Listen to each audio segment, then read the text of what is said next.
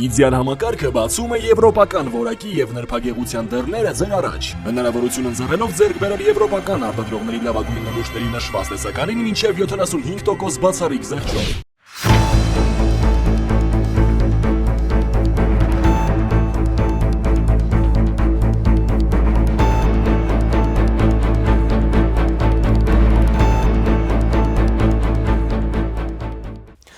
Ողջույն, առաջին լրատվականի եթերում տարածաշրջան եւ հանդին հայացք Երևանից հաղորդաշարի հերթական թողարկումն է։ Ես Ժիրայր Ոսկանյանն եմ, անդրադառնալու ենք մեր տարածաշրջանում եւ դրանից դուրս տեղի ունեցող կարևորագույն իրադարձություններին։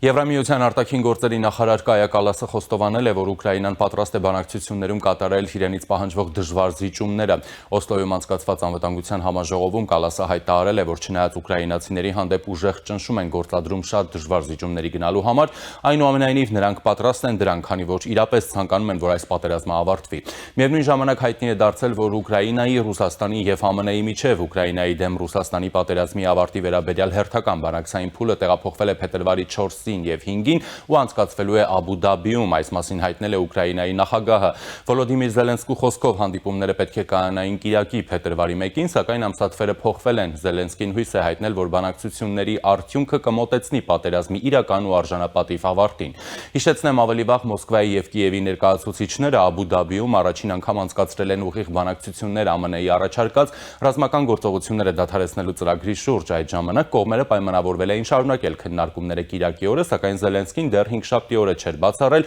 որ հանդիպման ժամը եւ վայրը կարող են փոխվել։ Բանակցային շրջանակներին մոտ կանգնած աղբյուրների տվյալներով կողմերը արդեն համաձայնեցրել են մի քանի կետ, սակայն չեն կարողացել համաձայնության գալ հիմնական հարցի շուրջ։ Ռուսաստանը պահանջում է ուկրաինական զորքերի դուրսբերում Դոնբասից, իսկ Կիևը մերժում այդ պահանջը։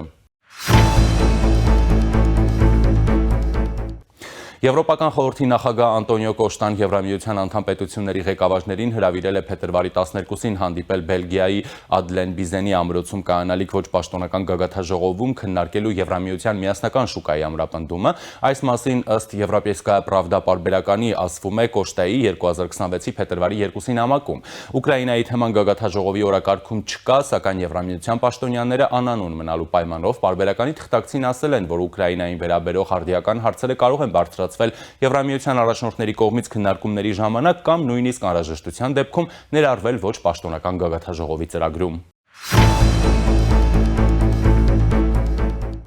Եվրամիությունը նախատեսում է ընթացիկ ֆինանսական ժամանակահատվածում Գրենլանդիային հատկացնել 150 միլիոն եվրո, հաղորդում է Պոլիտիկոն, հղում անելով Եվրահանձնաժողովի կողմից Եվրախորհրդարանին ուղղված նամակին։ Պարբերականը նաև ընդգծում է, որ 2028 թվականից սկսած հաջորդ երկարաժամկետ բյուջեում Եվրամիության կողմից Գրենլանդիային տրամադրվող աջակցությունը կգերազանցի 500 միլիոն եվրոն։ Սա ավելի քան կրկնակի շատ է, քան Եվրամիության կողմից կղզու վրա կատարվող ներկայիս ծախսերը։ Ավելի վաղ Եվրամիության դիվանագիտության ղեկավար Կայա Կալասը հայտնել էր, որ Եվրամիության արտաքին գործերի նախարարների հանդիպման ժամանակ քննարկվել են Գրենլանդիայի պաշտպանությունը ամրապնդելու լրացուցիչ միջոցառումները։ Տեղափոխվենք մեր տարածաշրջան, ԱՄՆ նախագահ Դոնալդ Թրամփը հայտարարել է, որ հույս ունի համաձայնության հասնել Իրանի հետ այն բանից հետո, երբ Իրանի գերագույն առաջնորդ Այաթոլլահ Ալի Խամենեին զգուշացրել է, որ ԱՄՆ-ի հնարավոր հարձակումը կարող է հանգեցնել ավելի լայն հակամարտության։ Նախորդային լրագրողների հետ զրույցում Թրամփը անդրադառնալով Խամենեիի հայտարարությանը ասել է. «Իհարկե նա այդպես պիտի ասեր»։ Նրա խոսքով, եթե համաձայնություն չլինի, ապա պարզ կդառնա արդյոք Խամենեին ճիշտ էր իր գնահատականներում, թե ոչ։ Միևնույն ժամանակ Իսլամական հեղափոխության պահապանների կորպուսի ավիատիեզերական ուժերի հրամանատարները երկուշաբթի օրը Իրանի օրենսդիրներին հայտնել են, որ երկրի ռազմական շտաբը ակտիվ ռեժիմի մեջ է եւ նրա ուժերը պատրաստ են ցանկացած պահի ներգրավել հակամարտության մեջ ու արձագանքել ցանկացած թշնամական գործողության։ Խորհրդանի ազգային անվտանգության եւ արտաքին քաղաքականության հանձնաժողովի խոսնակ Էբրահիմ Ռեզային հայտնել է, որ բարձրաստիճան հրամանատարը, որի անունը չի նշվել, հանձնաժողովի անդամներին տեղեկացրել է տարածաշրջանային զարգացումների, ռազմական տեղակայումների եւ անվտանգային իրավիճակի մասին։ Ռեզայի խոսքով հրամանատարը օրենսդիրներին ասել է, որ Իրանը բարձր մակարդակի հետախուզական վերահսկողություն ունի իր հակառակորդների նկատմամբ եւ հետևում է նրանց բոլոր շարժումներին, հավելելով, որ պատրաստվել են օպերատիվ պլաններ ցանկացած հնարավոր բախման համար։ Միևնույն ժամանակ Իրանի արտգործնախարարության ներկայացուցիչ Իսմայիլ Բաղային հայտարարել է, որ Իրանը դիտարկում է ԱՄՆ-ի հետ լարված հարաբերությունները կարգավորելու համար դիվանագիտական հնարավորությունները։ Բաղային հավելել է, որ Թեհրանը հույս ունի արդյունքների հասնել առաջիկա օրերին։ Ավելի վաղ Իրանի արտգործնախարար Աբբաս Արաղչին հայտարարել հայտարարել է, որ Թեհրանը եւ Վաշինգտոնը ի վիճակի են բանակցություններ վարել ու համաձայնության գալ իրանական միջուկային ծրագրի շուրջ։